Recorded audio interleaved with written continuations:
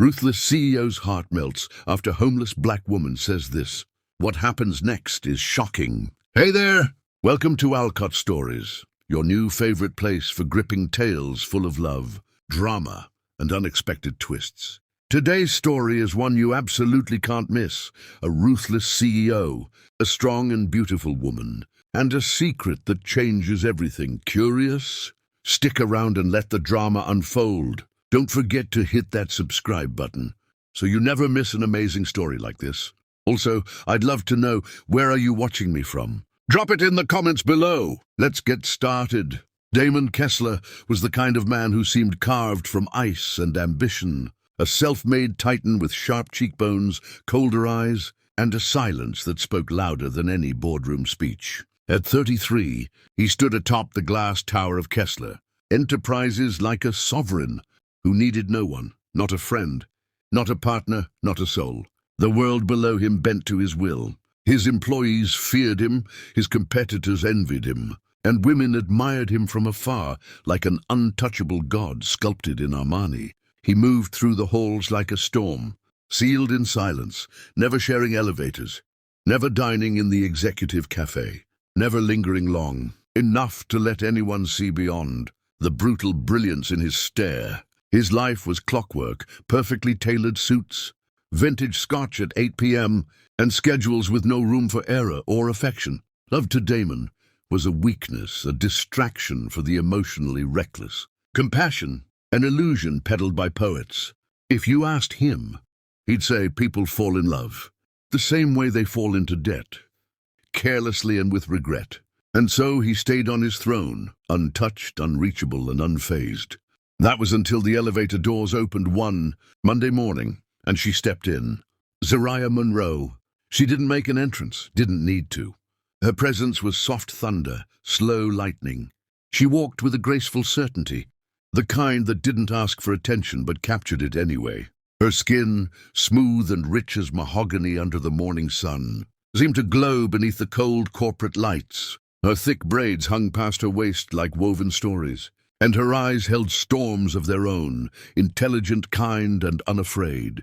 Her figure was captivating, yes, but it was her energy that lingered when she passed, as if the air itself paused to acknowledge her. She smiled at receptionists, helped interns with forgotten passwords, laughed freely yet never too loudly, always composed, always professional.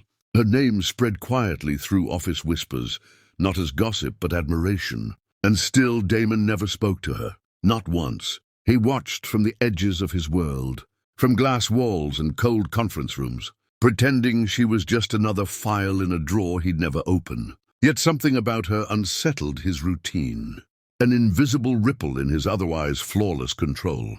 She walked past his office each morning with a gentle nod, never pushing, never lingering. And yet on days she was absent, the silence felt different, unfamiliar, uncomfortable.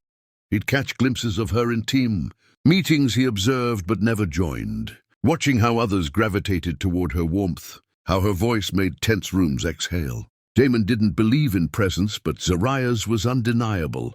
He'd see her reflected in boardroom glass, sunlight glinting off her earrings, the subtle swing of her hips, the way she adjusted her blazer-like armor. He hated how aware he became of her, how his eyes found her without intention, how her voice stuck with him long after the hallway emptied. He told himself it was nothing. Attraction happened, it didn't mean anything. But when she laughed from across the floor, his hands froze mid-typing. When she asked questions in meetings, he listened without meaning to. Once he saw her standing alone by the lobby window, the evening sun painting her face in gold. And for the first time in years, his breath caught without warning. He dismissed it, buried it beneath deadlines and dollar signs. But cracks had formed, invisible to the world, undeniable to him. He didn't speak to her, not even a hello. But in quiet moments, when the city dimmed and he was alone in his penthouse, he'd recall the tilt of her head, the curve of her smile, the softness in her eyes that somehow made him feel exposed. He'd never admit it, but something had started, something irrational, inconvenient and impossible to control. And Damon Kessler hated losing control. The days had begun to betray him, slipping past like shadows with Zariah's silhouette burned softly into the back of his mind, though Damon Kessler would never admit it aloud, not even to himself. He wasn't used to being distracted. The world he had built thrived on sharp decisions and strict discipline. Yet there she was, moving through the office like a quiet current, leaving behind echoes he couldn't silence. He caught himself watching, just for a second, when she tucked her braids behind, her ear during morning briefings, or when her laughter danced down the hallway like music he'd never learned to enjoy. It wasn't just attraction, it was something quieter and more dangerous, fascination.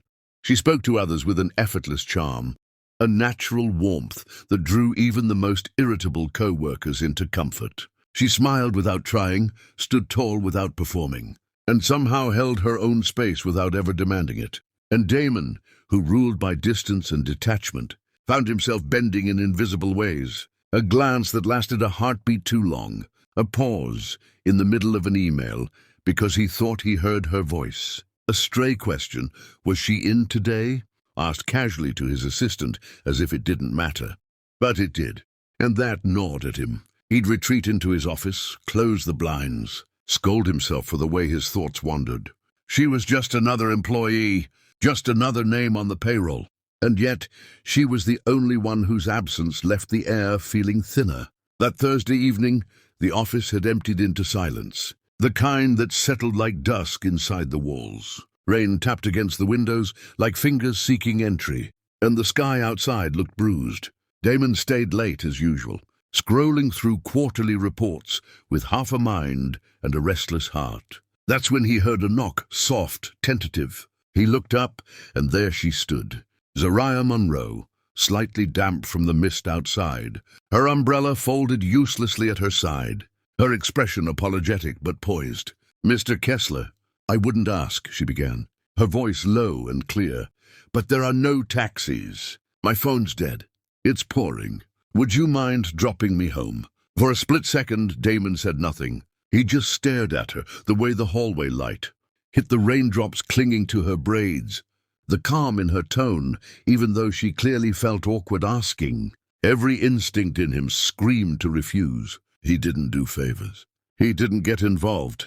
But then something cracked, a quiet shift in the foundations of his control, and his head dipped in a subtle nod. "All right," he said, almost surprised by the sound of his own voice. They walked to the elevator in silence, the air between them thick with something neither of them named. Inside the car, her perfume lingered, soft jasmine, grounded by something warmer, and Damon kept his eyes on the road, but not before catching the way her fingers curled around the seatbelt. Her presence was unnerving, not because it was loud, but because it wasn't.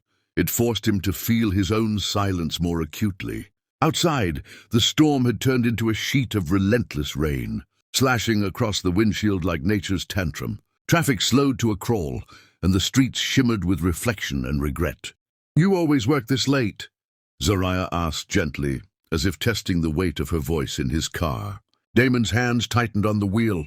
"I don't trust people to get things done right." "Or maybe," she said, half smiling, "you don't want to go home." He glanced at her, not sharply, but with something bordering curiosity. "That's supposed to mean something." She shrugged, looking out the window. "Just an observation." Silence fell again, but this time it was different, not heavy, just thoughtful. Then the thunder cracked, louder this time, and Damon turned into a side street, only to find it flooded. They detoured then again. Minutes stretched into an hour, and still the rain showed no mercy. Eventually, they pulled into a covered driveway beside a quiet hotel. "We'll wait it out here," he said, pulling into a spot. But when the rain intensified, drumming violently on the roof like war drums, waiting became futile.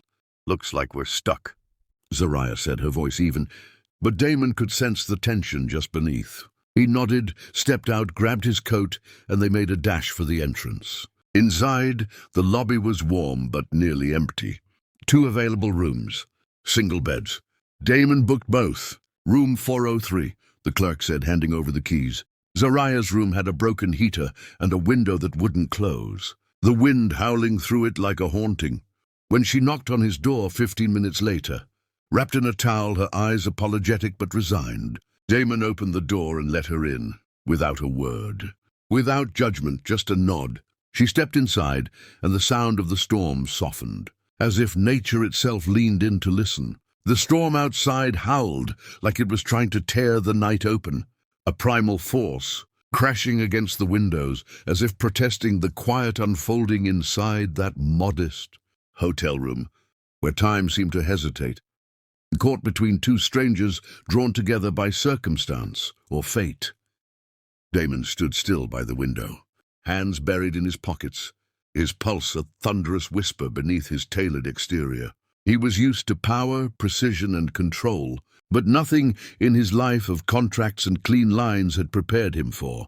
Zariah Monroe, standing just feet away, wrapped in a hotel robe, cheeks flushed from the cold, eyes soft but alert, holding herself with grace even in her vulnerability. When she stepped in, rain-slicked and trembling, there was no pretense, only raw presence. Her braids clung to her like ribbons of midnight, skin kissed by droplets that shimmered beneath the dull light.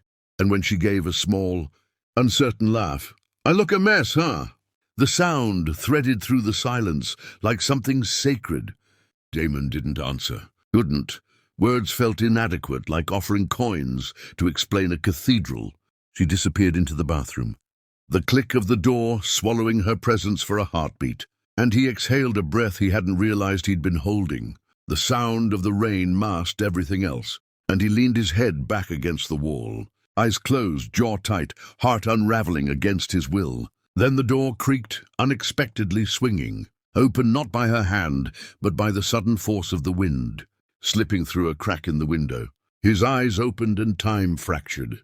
There she stood, barefoot on the tiled floor, framed in the soft yellow glow behind her, wrapped in a simple nightdress that clung gently to her curves, elegant yet unassuming, her collarbone catching the light like it had been sculpted just to be noticed.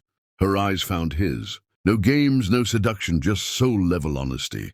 The air changed, slowed, thickened. It wasn't lust, it was gravity, something deeper pulling him in. Her lips parted, not for apology, not for explanation, but to speak the words that struck like lightning, not loud but devastating in their truth. No one ever saw me as enough. Until now, in your silence, I feel seen. And there it was, the moment, the shattering, the soundless collapse of everything Damon Kessler thought he knew about himself. That single sentence didn't seduce him, it stripped him bare. He stepped forward, not rushed, not hesitant, but as if drawn by something older than logic. "You are more than enough," he whispered, voice gravel soft, and for the first time, it wasn't a line or a mask, or a defense, it was truth. She blinked, uncertain, her breath catching, but when he reached up to gently brush a wet braid from her cheek, her hand found his wrist, fingers trembling, and the electricity between them turned the air gold. There was no rush, no hunger, just a slow surrender. He pulled her gently into his chest, letting her head rest against him as the storm roared outside. His hands splayed across the fabric of her nightdress, like a man learning softness for the first time. She didn't flinch, didn't question. In that quiet room, with nothing but the storm to bear witness, they stood like two broken things that finally found rhythm in each other. And then, wordlessly, their lips met, not desperate but reverent, like a promise whispered in the dark. She tasted like rain and resilience, and his kiss was unsure at first, then deepening with every beat that passed.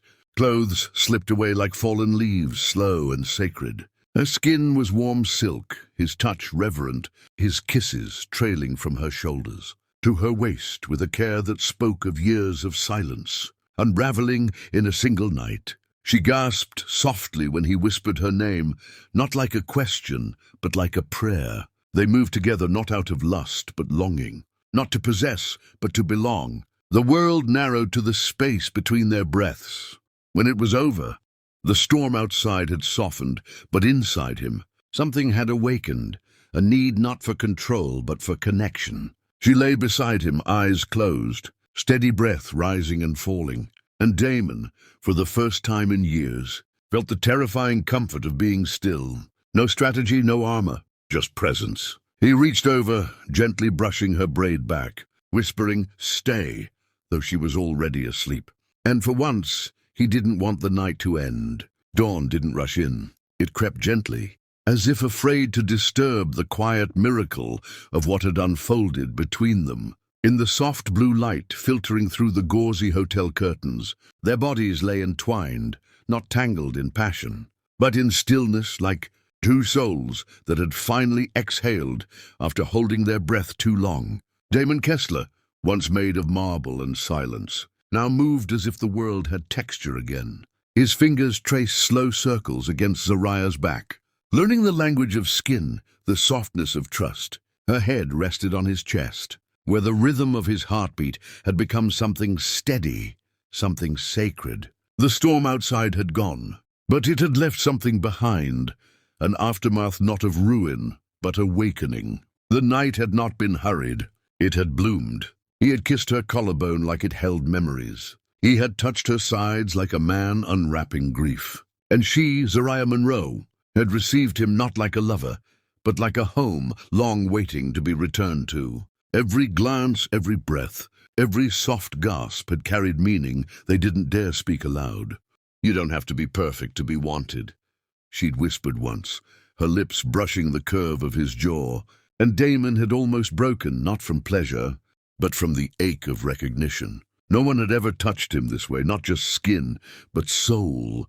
His fingers played with the ends of her braids, as if memorizing each one, as if somewhere in the strands was the reason his chest no longer felt hollow. They hadn't said much after. It wasn't needed. She had smiled up at him, her eyes heavy with sleep, but brighter than anything he'd ever seen. He had brushed his thumb across her cheekbone, something inside him whispering that this impossible woman had cracked him open without even trying. And for a fleeting moment, Damon believed he could be different. That maybe love wasn't a threat to power, but a deeper form of it. That maybe he wasn't doomed to chase numbers and status until the loneliness killed him. But beneath that fragile dawn light, buried under the warmth they'd created, a seed of fear began to stir. Because to let someone in meant giving them power, and Damon Kessler had never shared power with anyone. Zariah fell asleep again for a while, her breathing light, unaware that while her body rested, his mind had begun to build walls again. He stared at the ceiling, eyes open, jaw clenched, a storm of doubts creeping through the cracks of his resolve. This woman, so pure in her honesty, so dangerous in how deeply she saw him. She was not part of his plan. Love was not in his equation. Vulnerability was a liability. He turned his head and looked at her, taking in the way her fingers curled slightly in sleep, the way her lips parted just enough to reveal a whisper of breath. She was peace, but peace terrified him. He slipped out of bed slowly, careful not to wake her, and walked toward the window. The city outside had come back to life, cars rushing, people moving, indifferent to the sacredness of the night they'd just shared. He stood there, bare-chested, his reflection faint in the glass, and for a long time he just stared at the sky, the street, the moment crumbling inside him. Zariah stirred softly, blinking awake, watching his silhouette against the light. "You okay?" she asked, her voice low and laced with concern. He didn't turn around. "I have meetings," he said, flat, mechanical. "We should head back soon." Something in his voice sliced the air between them. Her brows drew together. "Damon, last night was—" "A moment," he cut in, still not facing her. "We don't need to turn it into something else." Her heart dropped, the warmth in her chest turning cold in an instant. She pulled the sheet tighter around herself, as if shielding from a new kind of storm. "A moment," she echoed, voice brittle. He finally turned, but his expression was unreadable, backlit by armor, the softness gone. "I don't do this," he said, "whatever it is." The distance in his tone was sharper than any silence. Zariah nodded slowly, swallowing hard, trying to keep her pride from shattering. "Right, got it." She stood, walking past him without a word, gathering her clothes with careful precision. No tears, not yet, just a coldness blooming in her spine where his warmth used to be. Damon watched her, jaw tight, fists clenched, but he said nothing, because he believed it was safer that way. He didn't see the way her shoulders curled inward slightly as she walked out of the room, quietly, with dignity, leaving behind the version of herself that had hoped. What neither of them knew then was that the fire they'd lit that night wouldn't go out. It would smolder in secret places. It would burn under words left unsaid. It would become something that time couldn't erase. But for now, she was gone, and he was colder than before. She had left that hotel room wrapped in silence, not knowing it was the last time she would see him. Not as the man she thought he was. 2 weeks later, her hands trembled as she held the test in the dim light of a small apartment bathroom. 2 pink lines stared back like truth she wasn't ready to name. Pregnant, the word echoed inside her like a bell tolling over water, soft but impossible to ignore. Her breath caught as tears pricked her eyes, not out of fear but disbelief. For a moment, she just sat there on the tile floor, her hand resting gently on her stomach, the room spinning around her. And then she did the only thing her heart knew to do. She reached for her phone. Damon! She called once, twice, then 5 times. No answer. She texted, short, unsure messages filled with trembling hope. Call me when you can. It's important, please. I need to speak to you. Silence. An hour passed. Then a day. Then 3. She emailed, crafted careful sentences, attached no blame, just a soft pleading for contact. Nothing. Her heart began to split, along old cracks. Familiar but crueler this time. She went to the office, her coat pulled tight around her, trying to look composed, though her eyes told a different story. But when she reached the front desk, the receptionist blinked at her politely. "Mr. Kessler is traveling indefinitely," she said, eyes flicking back to her computer. No apology, no explanation, just a wall, like he'd vanished into smoke. Zariah stood there, frozen, the hum of the office around her sounding far away, muted by the roar of her own heartbreak. She nodded stiffly, turned, and walked out without a word. The wind outside hit her like betrayal, cold, hard, unforgiving. That night she sat on the edge of her bed, staring at nothing, fingers curled over her belly as if trying to shield the life inside her from the truth outside. "He's gone," she whispered aloud for the first time, and it felt like saying goodbye to a version of herself that still believed in hope. Over the weeks that followed, the world shrank and sharpened. She resigned from Kessler Enterprises quietly, packed up her desk alone, not waiting for anyone to ask why. No goodbye from co-workers, no note from Damon, just silence. The absence of his presence was louder than any scream. Pregnancy was supposed to be filled with joy, but for her it became survival. She took 2 jobs, waitressing by day, cleaning offices by night, carrying not just the weight of a growing child, but the ghost of a man who had loved her with eyes full of promises and left her with none. There were days her feet throbbed, her back ached, and the world felt like it was pressing its boot against her chest. But she didn't stop. She couldn't. Her belly grew, and with it so did her resolve. Every time she looked in the mirror, she reminded herself, "You are more than what he ran from." The nights were the hardest, when everything went still and memory crept in like fog. She would lie awake, remembering how he once touched her like she mattered. And then she'd remind herself how easily he disappeared. When her son was born, Elijah, she didn't cry in the delivery room. She simply stared into his wide, blinking eyes, and everything inside her stilled. Those were Damon's eyes, sharp, blue, endless. Looking into them was like falling backward, into something she tried so hard to forget, but she didn't flinch. She kissed his forehead and whispered, "You didn't ask for any of this, little man, but I promise you'll never feel unwanted." And she kept that promise, day after day, diaper after diaper, exhaustion after exhaustion. She worked, fought, and prayed her way through those early months. And every time the pain of betrayal threatened to consume her, she held Elijah close and reminded herself love wasn't what Damon gave. It was what she chose to give despite him. She buried the softness in her voice. She trained her heart to stop expecting his return. But deep inside, somewhere in the quiet, there was a wound that hadn't healed. Not yet. Not when the ghost of what could have been still lingered in her son's face. The gala lights shimmered over Harlem's historic theater. casting a golden glow on faces full of hope and stories of survival, but none so vibrant as Zariah's. 2 years had carved a new version of her, stronger, tempered by fire, shaped by the resilience she spoke of on that stage tonight. Her voice had carried through the packed room, speaking not just words but truths. How pain could become power, how betrayal could birth courage. The applause still echoed in her ears when the crowd began to part. Folding like curtains to reveal the impossible, Damon Kessler. Gone was the flawless, ruthless CEO, the man whose presence once filled rooms with cold command. Now he was just a man, stripped of pretense, wearing a simple shirt and slacks that seemed almost out of place among the glittering gowns and tuxedos. His eyes were glassy, not with arrogance but with raw regret. He moved slowly toward her, the weight of his own shame dragging each step like a chain.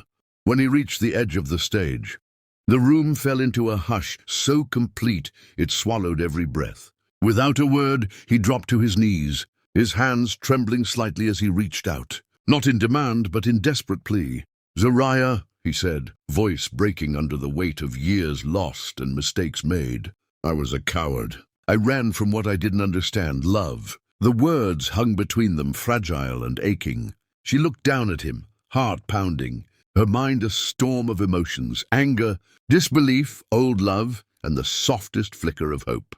"You gave me a heart," he continued, eyes searching hers, "and I shattered it. But I haven't lived a single day without you in it." The audience seemed to disappear, leaving only the two of them in a spotlight of truth and vulnerability. His voice softened to a whisper that only she could hear. "Please, give me a second chance." Her breath caught. 2 years of silence, pain, and sacrifice stood like a wall between them, yet here he was, breaking down that barrier with the barest glimpse of humility. She remembered the nights she had cried alone, the days she had carried their son with a fierce love that no absence could diminish. And now, faced with the man who had vanished from their lives, she wrestled with the part of her that still longed for what might have been. Around them, the crowd held its collective breath, waiting, watching. Zariah's voice was steady but soft as she finally spoke. "Damon, this isn't just about you or me anymore. There's a child between us, a life that deserves honesty, strength, and love." He nodded, tears slipping down his cheeks, the armor of pride shattered by the weight of his own failures. "I know," he said. "I'm ready to be the man you and Elijah deserve." Time seemed to fold in on itself as she looked at him, not the CEO, not the ruthless king, but a broken man willing to rebuild from the ashes. Her heart trembled with cautious hope, a fragile thread stretching toward forgiveness. The past wasn't erased, but maybe, just maybe, the future could be rewritten. One step, one heartbeat, one promise at a time. And in that moment, under the watchful eyes of the city that never slept, 2 broken souls found a chance to heal, to begin again. Zariah's gaze never wavered as she stood rooted to the spot, the crowded room fading into a distant hum around her. Her heart thundered inside her chest, a wild, chaotic rhythm that echoed the storm of feelings she tried to tame for so long: anger, hurt love, and a fragile glimmer of hope. Her son, little Elijah, toddling nearby, looked up at them with innocent eyes, his tiny curls bouncing as he shifted between the 2 adults, who held his world in their hands. For a moment, time seemed to freeze, the air thick with unspoken memories and unsaid words. She took a slow, steadying breath, the weight of the years pressing down, but not breaking her. Then softly, but with fierce conviction, she descended the stage steps, tears glistening at the corners of her eyes. "You didn't just leave me, Damon," her voice cracked, trembling with the weight of every lonely night and every burden she'd carried alone. "You left him?" Her gaze locked on his, searching for the man who had the courage to face the pain he caused. Damon's shoulders sagged under the weight of guilt as he nodded, voice low and earnest. "I know, and I will spend my life making it right." His words carried a solemn promise, the kind that could either mend or shatter what remained. Zariah's eyes drifted to Elijah, watching the boy's delicate features, the same striking curls, the same piercing blue eyes that mirrored Damon's. She saw not just a child, but the future, fragile and full of possibility. Her voice softened to a whisper, almost a prayer. Then start today. The crowd seemed to hold its breath as she took the first tentative step toward forgiveness, toward healing. Damon's face broke into a tentative smile, relief and gratitude shining through the tears that welled in his eyes. Without hesitation, she reached out, and their embrace was not a fiery reunion of passion, but a quiet, grounding connection, two wounded souls finding refuge in one another's arms. It was an embrace that said, "I'm here. We're here together." This time Damon didn't pull away. He held on, as if letting go would mean losing the only chance at redemption he'd ever be given. Elijah giggled softly, reaching his tiny hands toward Damon, and in that moment, Zariah felt a warmth that seeped through every scar, the first light after a long, relentless night. She knew the road ahead would be long, filled with challenges neither of them could yet imagine. But for the first time in years, her heart dared to believe in new beginnings. They stood there, locked in a circle of hope and tentative trust, ready to write their story anew, not as broken pieces, but as a whole, imperfect family. And as the city's lights twinkled through the windows, promising endless possibilities, Zariah whispered into the quiet space between them, "Forever starts now." Damon's lips brushed her temple, a silent vow echoing in the stillness. Theirs was a love reborn, not flawless, but fierce and real. A love that would fight for every tomorrow. And as they stepped forward together, hand in hand, Zariah's heart finally found the peace it had yearned for, wrapped in the promise of second chances and a forever worth fighting for.